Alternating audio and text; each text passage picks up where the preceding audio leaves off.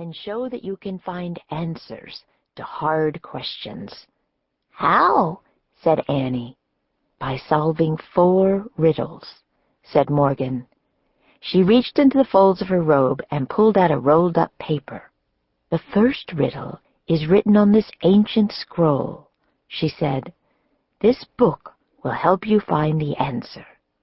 She held out a book. On the cover were the words, Ocean Guide. This is where you have to go, said Morgan. The ocean? Oh, boy, said Annie. She pointed at the cover. I wish we— Stop! Jack grabbed Annie's hand. How will we know if we've found the right answer to the riddle? He asked Morgan. You will know, Morgan said mysteriously. I promise you will know. Jack let go of Annie's hand. She pointed again at the cover and finished her wish. I wish we could go there. The wind started to blow. Are you coming with us, Morgan? Jack said. Before Morgan could answer, the treehouse started to spin. Jack squeezed his eyes shut. The treehouse spun faster and faster. Then everything was still. Absolutely still. Jack opened his eyes. Morgan Le Fay was gone. Only the ancient scroll and the ocean book were left in her place. Chapter 2. The Reef. A breeze blew through the window. Seagulls cried. Waves lapped the shore. Annie picked up the riddle scroll. She unrolled it. Together she and Jack read the riddle. Rough and gray as a rock, I'm plain as plain can be. But hidden deep inside, there's great beauty in me. What am I? Let's go find the answer, said Annie. She and Jack looked out the window. The treehouse wasn't in a tree, it was on the ground. Why is the ground pink? Said Jack. I don't know, said Annie, but I'm going out there. I'm going to do a little research first, said Jack. Annie climbed out of the treehouse. Jack picked up the ocean book and flipped through it. He found a picture of a pink island surrounded by water. He read, This is a coral reef. Corals are tiny sea animals. After they die, their skeletons remain. Over time, the reef builds up from stacks of coral skeletons. Oh man, tiny skeletons, said Jack. He pulled out his notebook and wrote, Millions of coral skeletons. Jack, come look at this, cried Annie. What is it? I don't know, but you'll love it, she said. Jack threw his notebook and the ocean book into his pack. He climbed out the window. Is it the answer to the riddle? He called. I don't think so. It doesn't look very plain, said Annie. She was standing at the edge of the water. Beside her was a strange-looking machine. Jack hurried over the bumpy coral to get a better look. The machine was half on the reef and half in the clear blue water. It looked like a huge white bubble with a big window. Is it a special kind of boat? Asked Annie. Jack found a picture of the machine in the ocean book. He read, Scientists who study the ocean are called oceanographers. Sometimes they travel in small diving vessels called submersibles, or mini-subs, to study the ocean floor. It's a mini-sub, said Jack. He pulled out his notebook.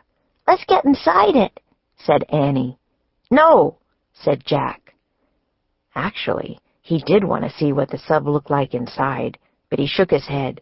We can't, it's not ours. Just a teeny peek, said Annie. It might help us figure out the riddle. Jack sighed. Okay, but we have to be careful. Don't touch anything, he said. Don't worry, said Annie. And take off your shoes so they won't get wet, said Jack. He and Annie slipped off their shoes and socks and threw them toward the treehouse. Then they stepped carefully over the sharp coral. Annie turned the handle on the hatch of the mini-sub. It opened. She and Jack climbed inside. The hatch slammed shut. The mini-sub was tiny. 2 seats faced the big window. In front of the seats was a computer built into a control panel. Annie sat down. Jack opened the ocean book and read more on the mini-sub page. Mini-subs have strong hulls to keep air in and protect those aboard from water pressure. Computers are used to guide the mini-sub through the ocean. "Oops," said Annie. "What's wrong?" Jack looked up. Annie was waving her hands in front of the computer. Now the screen showed a map. "What's going on?" said Jack. "I just pressed a few keys," said Annie. "What? I said not to touch anything," said Jack.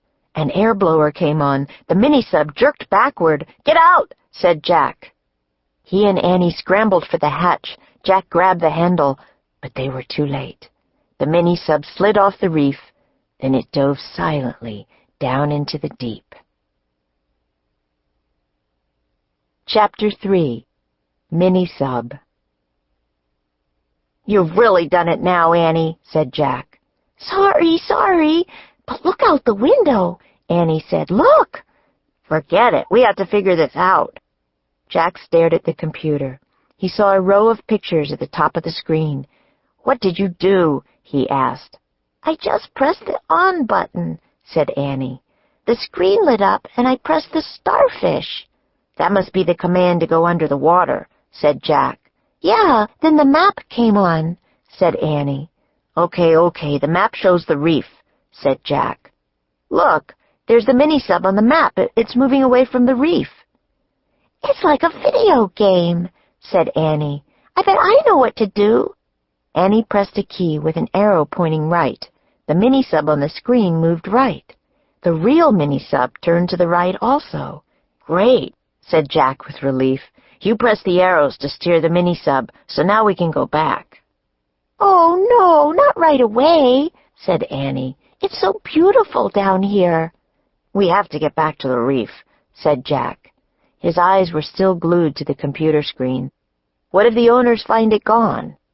"Look out the window," said Annie. "Just for one teeny second." Jack sighed. He pushed his glasses into place and looked up.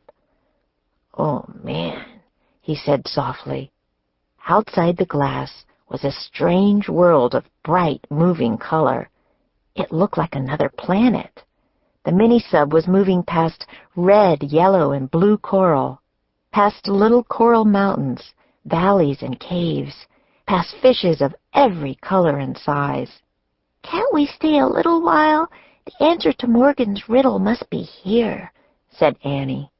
Jack nodded slowly. She might be right, he thought. Besides, when would they ever get to visit a place like this again? Chapter 4. Fish City. There were fish everywhere, floating over the swaying seagrass, eating on the white sandy bottom, peeping out of coral caves. Some kinds of coral look like blue fingers or lacy fans. Others look like deer antlers, or lettuce leaves, or mushrooms, or trees. Jack read in the book. Coral reefs are only found in warm tropical waters. Nearly 5,000 different species of fish live around coral reefs in the Indian and Pacific Oceans. Jack pulled out his pencil and notebook. He started to write a list. Coral reef research. Warm water. Over 5,000 kinds of fish. "Look," said Annie. The sub floated past a huge starfish, then a pink jellyfish, then a blue seahorse. Jack added to his list, starfish, jellyfish, seahorses. "What is that?" said Annie. Jack saw a creature that looked like a giant pancake with a long tail. "A stingray," said Jack. He put that on his list as well. "And that?" said Annie. She pointed at the biggest shell Jack had ever seen. It was as big as a footstool. "I'll have to check on that one," said Jack. He turned the pages of the ocean book. When he got to the page about clams, he read aloud. "The giant clam of the coral reef is 3 feet wide and weighs up to 200. To keep listening to this audiobook, I've left you a link in the description so you can do it, at no cost thanks to Audible's 30-day free trial.